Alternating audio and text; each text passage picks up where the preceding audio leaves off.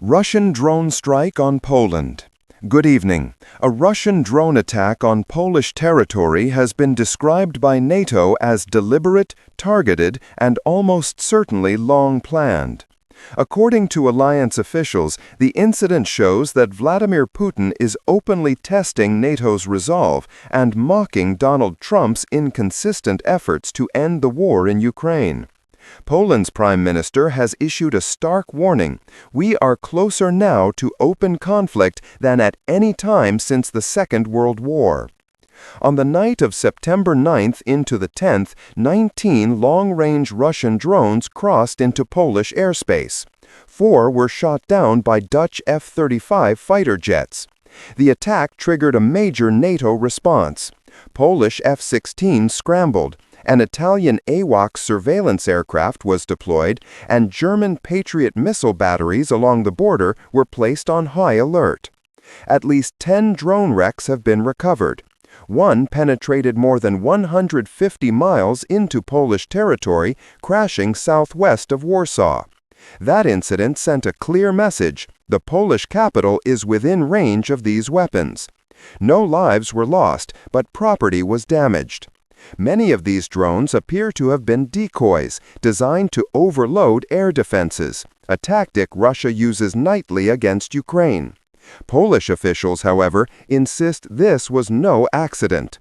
The government has formally invoked Article 4 of the NATO Treaty, a step below Article 5 collective defense, calling for urgent consultations with allies. Warsaw's presidential spokesman went further, labeling it an act of armed aggression. Western capitals reacted quickly. Britain condemned the strike outright as an attack. NATO described it as a serious violation of sovereign airspace.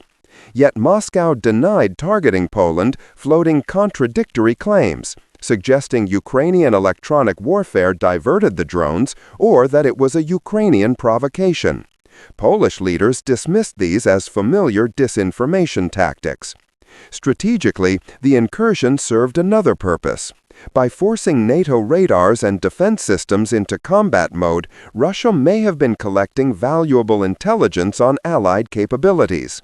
This is classic gray zone warfare: probing, testing, and learning without triggering an all-out war. Why did it happen now? Analysts believe Putin is escalating step by step, sensing opportunity. Recent Russian strikes damaged European diplomatic offices in Kyiv with little Western retaliation. Encouraged by recent red carpet meetings with China's Xi Jinping and even public praise from Donald Trump, Putin appears emboldened. The Kremlin's aim is clear: to sow division inside NATO. If the alliance hesitates, it looks weak. And in Moscow's eyes, a weakened NATO could drive Ukraine to despair and push America further away. Poland and the European Union are now pushing for a drone wall across NATO's eastern flank. The United Kingdom has unveiled Project Octopus, a new interceptor drone designed to shoot down Shahed-style UAVs at a fraction of the cost. This matters.